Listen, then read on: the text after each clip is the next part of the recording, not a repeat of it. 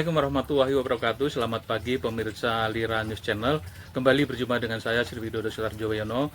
Akan mengajak Anda untuk menyaksikan perbincangan kami bersama Direktur Eksekutif Indonesia Development Research, Fathur Rahman Fadli, atau biasa kita panggil dengan Mr. Ong. Kita akan membahas isu yang paling hangat dalam beberapa minggu ini adalah masih tentang mantan presiden kita Joko Widodo yang ijazahnya diduga dan diyakini palsu. Gimana perkembangannya sampai hari ini? Ada bukti baru apa lagi nih, Mr. Ong?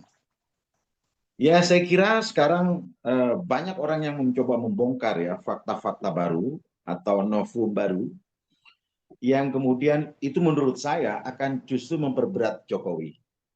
Kalau kita lihat beberapa video-video yang tersebar di medsos itu apa yang dikatakan Jokowi itu paradoks semua dari satu statement ke statement yang lain. Misalnya soal kegiatan dia di Mapala itu ya, Mapala UGM. Itu kan mengatakan bahwa dia datang ke puncak Kerinci itu Ya. 16 orang, 18 orang, lalu kemudian dirawat jadi 16 orang pada detik yang sama loh.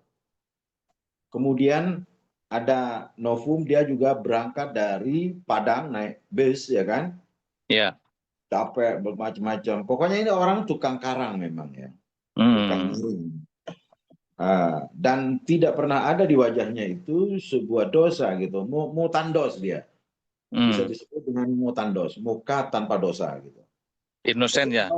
Ya, antara satu pernyataan dengan pernyataan yang lain pada detik yang sama, pada kesempatan yang sama, at the time dia mengalami paradoks. Kemudian katanya dia berangkat dari di satu video tertentu dia mengatakan bahwa Jokowi itu waktu muda, di waktu Mapala berangkat dari jalur Solo ya. Tapi pada kesempatan lain dia mengatakan di tempat lain ada jalur yang lain. Padahal jalur Solo itu jalur yang sangat ekstrim. Kalau orang suka, kalau Jokowi, kalau orang seperti Rocky misalnya, itu pasti tertawa terbahak-bahak mendengar itu.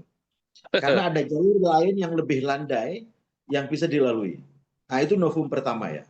Jadi dari situ saja ada dua paradoks pernyataannya. Dari sisi jumlah orang yang teman-teman yang naik dan yang tidak dan yang ikut pokoknya. Nah, kemudian hal lain itu dari sisi capture dari muka itu ya, hidung dan mulutnya.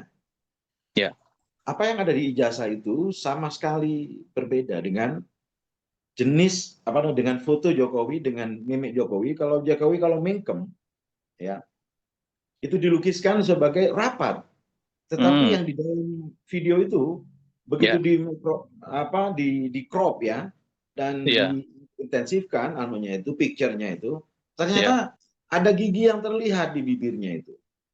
Kemudian jenis bibir Jokowi itu berbeda dengan jenis bibir yang dimiliki di dalam ijazah itu. Kemudian kacamata yang dia kenakan itu berbeda dan Jokowi tidak pernah pakai kacamata sejauh itu. Kalau dia pakai kacamata, maka sampai sekarang dia pakai kacamata. Sebagaimana misalnya Wakil Presiden Budiono misalnya. Sampai sekarang pasti pakainya. Gus Dur pakai kacamata. Nah, kenapa di dalam ijazah itu pakai kacamata, di dalam praktek keseharian tidak pakai kacamata? Jadi itu sudah novum-novum baru yang sebenarnya jauh-jauh hari disampaikan oleh Roy Suryo, disampaikan oleh siapa? Oleh Rismond ya. Rismond itu kalau dalam kategori akademis dia seorang saintis, dia ahli mendiagnosa pixel ya, terus mendiagnosa frekuensi IT gitu ya. Pokoknya dia jago lah menurut kacamata orang sarjana kesarjanaan. Kesarjanaan dia itu sangat saintifik. Jadi tidak perlu diragukan lagi. Nah, sekarang kalau kemudian Jokowi menantang mereka, itu sama dengan mengubur dirinya sendiri. Menantang ke pengadilan. Padahal pengadilan sudah minta bolak-balik ya. Dulu dia kan sudah diperkarakan oleh advokat ulama dan aktivis itu, tapi dia tidak pernah datang. Iya. Dia tidak pernah datang dan dia tidak pernah memberikan bukti-bukti yang otentik ya tentang ijazahnya, baik SMA maupun sarjana. Iya. Iya. Nah, kemudian ada guyonan, Mas. Misalnya Iya. dia pesan katanya, dia pesannya yang asli. Saya baru tahunya setelah diperiksa gitu. Jadi dia itu sama sekali orang yang apa ya? Kayak nggak punya malu gitu loh. Iya. Nah, Jadi, orang tidak punya malu, Mas. Itu di dalam agama, dia tidak punya iman, Mas. Karena oh, malu itu indikator dari iman. Misalnya hmm, ada ungkapan hadis yang begitu, al-haya'u minal iman. Malu itu tanda orang beriman.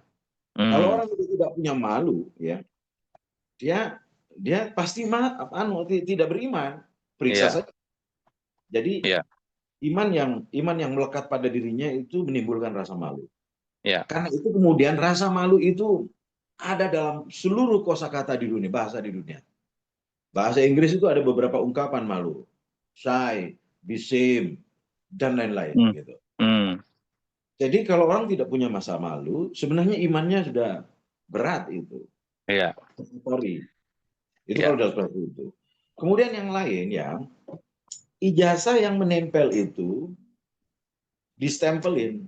Dan Hmm. ada ijazah Jokowi itu yang dikasih materai. Emang perjanjian jual beli? Iya kan? Perjanjian jual beli. Nggak bisa. Nggak ada materai di ijazah. Mulai dari Hong Kong sampai Amerika, ya, Oklahoma sampai Melbourne, itu tidak ada. Termasuk Indonesia ya, dari sejak Indonesia merdeka sampai hari ini nggak ada ijazah bermaterai ya. Nggak ada, Mas. Nggak ada bermaterai. Hmm, Jadi ini adalah presiden yang sangat buruk di dalam sejarah Republik ini.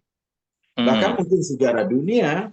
Sekarang bayangkan, hmm, orang mau jadi satpam saja, itu kan butuh ijazah. Dan ijazahnya ya, tidak boleh palsu. ya, Karena SDM yang ngecek.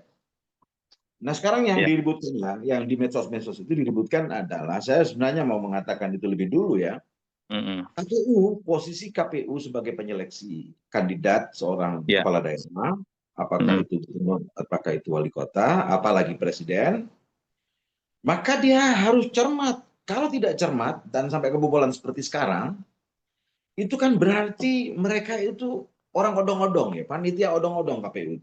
hmm, hmm. Itu Dan harus juga diseret ke pengadilan orang-orang yang pernah menyeleksi itu, ya, ya. dan maaf saya Hmm. potong. Belakangan ada temuan ternyata data di KPU tidak ada datanya Jokowi, Ya itu profilnya, sudah sejarah dia dibuang dari katanya. SD nggak ada. Kemudian ada yang ngecek ya, ternyata dibuang, dihapus sudah secara serentak. Hmm, Mungkin dulunya ada, tapi karena ada isu bodong ini, maka oke. kemudian dilakukan gitu. Saya kira itu tindakan berikutnya. Mestinya ada dong. Wong saya nyalek saja ada kok sampai sekarang di media sosial. Iya, di Ketik saya internet nama juga ada. saya pasti ada itu. Jadi seluruh dokumen negara mestinya yang tersimpan. Kalau sengaja dibuangkan atau terbuang dari website KPU, maka KPU harus dituntut sebagai telah menghilangkan data-data negara itu atau dokumen negara. Itu ada pasalnya juga, itu menghilangkan apa dokumen negara itu. Silakan cek Kok, para ahli hukum.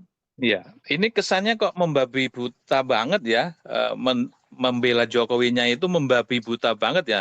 Semua dilanggar, semua dipengaruhi dan seakan-akan semua apa yang mereka lakukan adalah benar hanya demi untuk kepentingan satu orang. Gimana nih Iya, nasib bangsa ini kalau cara bernegaranya seperti itu? iya, karena begini ya. Karena seluruh aparatur negara itu tidak lagi membela rakyat. Hmm, Para politisi dan elit kita, baik di Senayan maupun di pemerintahan, itu tidak lagi bertindak sebagai seorang negarawan. Dia hanya hmm, politisi yang makan minum di situ, kalau perlu mencuri, kalau ada kesempatan. hmm, Jadi pembelaan mereka terhadap rakyat tidak sungguh-sungguh. Jadi mereka tak ubahnya sebagai pencari kerja belaka, hmm, dan mereka berputar-putar sendiri dengan kepentingannya sendiri. hmm, Inilah sesungguhnya nasib bangsa kita sedang berada di titik nadir, Mas Wi. Sebagai saya sebagai akademisi yang juga berlatar belakang jurnalis, tentu saja selalu akan menyuarakan hal-hal yang baik bagi publik, bagi negara ini gitu. Apalagi saya sekarang sudah menjadi pendidik ya di sebuah lembaga satuan pendidikan perguruan tinggi yang berpihak kepada kepentingan rakyat. Banyak orang-orang susah bisa kuliah dengan murah ya, tapi tidak murahan. Itu penting gitu. Nah, Mas Wi sebagai wartawan senior tentu selalu tergelitik bukan dengan kondisi bangsa ini.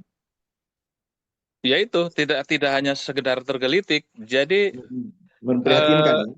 Apa ya, memprihatinkan dan miris sekali kondisi kita dipimpin oleh orang-orang yang kualitasnya seperti itu. Nah ini ada yang menarik lagi nih, Mr. Ong, tentang Novum, tentang temuan baru berkaitan dengan masa lalu Jokowi. Jadi waktu Roy Suryo dan Rismond Sianipar dan Dr. Tifa ke UGM, di situ kan ada kelompok mereka yang mengatakan bahwa Jokowi itu melakukan praktek kuliah kerja nyata KKN itu di Desa Ketoyan, Kecamatan Wonosegoro, Kabupaten Boyolali. Nah, ternyata setelah diklarifikasi ke sana, itu di desa tersebut, Desa Ketoyan, Kecamatan Wonosegoro, Kabupaten Boyolali, tidak pernah ada yang namanya KKN dari UGM. Memang ada KKN, tapi ada dari UNS, Undip, dan STAIN, Sekolah Tinggi Agama Islam Negeri. Hanya itu. Nah, itu keterangan dari Sekretaris Desa Ketoyan. Hanya saja mereka memberikan catatan, kalau tahun 85 tidak tahu, tapi yang jelas sejak hari ini sama lima lurah sebelumnya tidak pernah ada. Artinya menerima KKN dari UGM. Tidak pernah UGM melakukan KKN di desa tersebut. Yang ada adalah dari UGM, UNS, dan STAIN. Nah ini kan artinya semakin membuktikan lagi kebohongan-kebohongan yang dilakukan mereka secara membabi buta dan terbongkar gitu dengan sendirinya. Iya, begini, karena ada prinsip begini di dalam kriminologi itu ya. Kalau orang melakukan kesalahan, ya, itu berarti dia mengikuti jejak-jejak setan, nasihat-nasihat kesesatan. Nah, kesesatan yang diberikan oleh setan, petunjuk setan itu selalu melahirkan jejak-jejak negatif. Dan jejak-jejak itulah yang kemudian menjadi bukti-bukti di dalam ilmu kriminologi. Jadi ilmu kriminologi itu mendescribe, melukiskan, menghasilkan jejak-jejak setan. Dan setan itu kan tidak pernah, meskipun kita bersekutu dengan dia, setan itu kan selalu memperdaya manusia. Jadi kalau manusia itu terberdaya oleh bujuk rayu setan, misalnya korupsi ya, orang koruptor, dia merasa rapi bahwa jejak-jejaknya itu tidak akan hilang. Tetapi karena dia mengikuti nafsu setan, maka dia hilang, tetap saja dia dibelokkan oleh setan itu dengan jejak-jejak, dengan melahirkan jejak-jejak, menyisakan jejak-jejak yang kalau itu diselidiki, maka itu ada paradok di situ. Sama dengan apa yang dikatakan Jokowi, setiap detik dia berubah, ya kan? Dan beberapa waktu awal-awal itu kan dia Januari, Oktober, Juli biasanya ini naik. Jadi wah gitu kan. Kan tak terbukti ekonomi bagus. Seluruh pernyataan Jokowi, karena dia itu mungkin isi kepalanya dihantui oleh setan ya. Jadi selalu paradoks.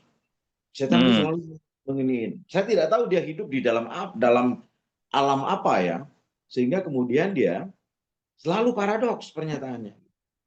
Tapi hal ini kalau diklarifikasi ke Jokowi, dia pasti akan membantah dan dia mengatakan pasti akan melulus, saya beragama kok, siapa yang ngikutin jejak setan. Artinya apa yang dia lakukan itu dianggap sebagai kebenaran. Nah, apakah ada model orang seperti ini nih? Apakah secara agama atau secara psikologi, apakah ada memang manusia-manusia seperti ini yang sesungguhnya mereka itu melakukan kesalahan dan seluruh publik meyakini itu salah, tapi orang itu meyakini sebagai kebenaran? Iya, itu memang ada gejala megalomania di satu sisi secara psikologis, Tetapi pada sisi yang lain dia mengalami split personality di dalam psikologi. Jadi kepribadiannya terbelah, ya kan? Dan di beberapa kalau Mas Wi mengikuti perkembangan Jokowi dari waktu ke waktu, sejak di Solo dia sudah manipulatif orangnya. Itu yang dilakukan oleh apa yang disampaikan di YouTube oleh seorang sekretaris Sekda ya, Sekda Kota Solo, yang mengatakan bahwa Jokowi itu bohong, itu munafik, itu ini. Lalu kemudian dia membuka data-data, fakta-fakta. Seperti misalnya dia memanipulasi data soal apa namanya beasiswa untuk anak tidak mampu gitu. Itu lengkap sekdanya itu mengatakan demikian. Jadi memang Jokowi itu sejak awal dia manipulatif sifatnya. Dan itu tidak merasa dia bersalah. Saya tidak mengerti apakah kalau diperiksa secara psikologis ya, apakah dia masih sadar atau tidak. Itu persoalan lain. Ya, kita kalau kaitkan pada hari ini dan kita pelajari masa lalu Jokowi, seakan-akan kan tidak ada yang benar ya apa yang mereka lakukan. Dan mereka kan punya buzzer yang menuduh kita sebagai, bukan kita ya, kelompok-kelompok yang mengkritisi sebagai orang yang sakit hati. Jadi selalu dialihkan kepada hal-hal yang sifatnya subjektif dan tuduhan. Mereka mengatakan inilah kelompok sakit hati, kelompok radikal, kelompok anti NKRI. Betul. Masuk akal nggak sih tuduhan seperti itu? Sangat tidak masuk akal. Kan Rismon saja sangat saintifik. Dia pakai metode ilmu. Ini pakai ELA, siapa namanya, Roy Suryo pakai ELA, ya kan? Pakai metode teknik ELA. Rismon pakai diagnosa apa namanya, keilmuan gitu. Semua mereka itu metodologis, dan metodologi itu selalu dipakai oleh orang-orang di kampus masyarakat ilmiah. Jadi lucu sekali kalau UGM itu melakukan tindakan-tindakan yang dilakukan oleh orang kampungan, bukan orang-orang akademis. Betul. Itu memalukan sekali. Jadi hati-hati Bu Eva, Bu Sri Dening, sebenarnya Ning ya, Wening ya. Itu Anda itu Wakil Rektor Wening. Iya, Wakil Rektor Wening itu, kalau semakin dia itu berpihak kepada kesesatan, maka semakin dibongkar dia, semakin lucu dia. Coba telanjangi misalnya kekayaan dia betapa besarnya itu. Sebagai seorang dosen, saya terasa tidak mampu mengumpulkan uang sebesar itu. Puluhan miliar katanya kekayaannya dia. Ini bukan menuduh, silakan aja dicoba gitu. Jadi Anda lebih baik bersikap jujur, memberikan data-data otentik dan pakai metode ilmiah. Kalau misalnya ijazah Jokowi itu memang palsu, katakan palsu. Jadi jangan mengendap-endap di balik kepentingan seseorang. Masa UGM dikorbankan? Dia sangat tidak bertanggung jawab sebagai petinggi UGM. Wakil Rektor. Ya. Jadi nanti orang tua itu tidak mau dong menyekolahkan anaknya ke UGM. Rektornya aja palsu, rektornya aja pembohong. Kan begitu. Jadi reputasi UGM langsung hancur itu di mata publik. Bukan hanya di nasional, tapi juga di internasional. Karena UGM itu melahirkan tokoh-tokoh berkelas dunia juga gitu. Ada satu lagi nih, Mr. Ong, tuduhan yang tadi disebut sebagai tuduhan rendah ya, tuduhan kampungan. Jadi Dr. Rismon yang seorang ahli digital forensik itu bukan dibantah penemuannya, tapi yang diserang adalah kepribadiannya. Bayangkan, seorang Dr. Rismon dituduh sebagai aktivis HTI, Hizbut Tahrir Indonesia. Padahal dia itu HKBP, Huria Kristen Batak Protestan. Itu kan ngawur, ya kan? Dia HKBP dianggap sebagai aktivis HTI. Itu kan ngawur. Totally ngawur gitu. Nah, karena itu kemudian sesungguhnya kalau akal sehat yang berbicara, maka apa yang diriset oleh Rismon itu seharusnya dilawan dengan metodologi riset yang sama. Iya kan? Jadi itu baru fair, apple to apple. Jadi rakyat memang kalau menghadapi orang-orang Jokowi ini ngawur bin bahlul gitu. Betul. Dan itu pola seperti itu menyerang kepribadian seseorang, menelanjangi kepribadian seorang dan tidak benar dan fitnah, pola itu terjadi sejak 2014. Yang bikin kita miris, pemujanya ada juga dan masih banyak sampai hari ini. Meskipun kita sudah mengingatkan berulang-ulang bahwa kalian itu tidak benar cara diskusinya. Diskusi itu yang apple to apple itu tadi, bukan kemudian membelokkan pada masalah personal yang bikin sakit hati. Iya, yang menyesalkan ya, yang memprihatinkan adalah para pendukung Jokowi itu ada banyak juga profesor doktor. Ini Iya. bangsa apa ini gitu loh ya. Saya mengelus dada Mas, beneran. Saya tidak profesor doktor ya, tetapi saya sering dipanggil profesor di kampus, di Oh, teman-teman, di lingkungan. ya, Ya ya, karena saya pakai metodologi ilmiah gitu. Dan saya selalu menurunkan pikiran-pikiran yang segar, ide-ide yang baik bagi kemaslahatan bangsa ini. Bukan ya. ide-ide yang apa yang pro terhadap karena dikasih duit atau dikasih jabatan atau segala macam.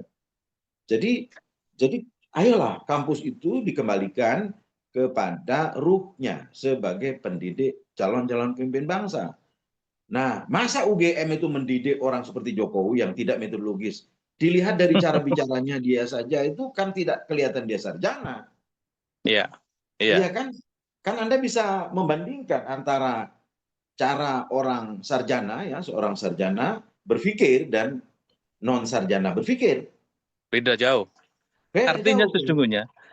sesungguhnya kalau kita mau aplikasikan dalam kehidupan sehari-hari, Hmm. seseorang itu bersalah tidak harus melalui pengadilan ya. Dari Iya. cara pembelaan, dari cara ngomong, dari cara menghindar, dari cara melawan, itu udah ketahuan bahwa seseorang itu salah.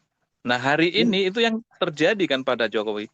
Bisa jadi dan sangat mungkin ijazah itu palsu, tapi cara pembelaan, cara bertahan, kemudian cara menyerang, semakin menunjukkan bahwa sesungguhnya palsu. Begitu kan? Palsu. Iya. Itu kan cukup diselesaikan dengan 1 menit. Iya, Pak satu Jokowi, menit. mana ijazah Anda yang asli? Apa benar Anda itu lulusan UGM? Ini Hmm. Mas, ini Pak, ini Bu, ini Pak Ya. Hakim, ini Pak Rektor, ini Bu Rektor. 1 menit, nggak sampai 1 menit itu. Iya.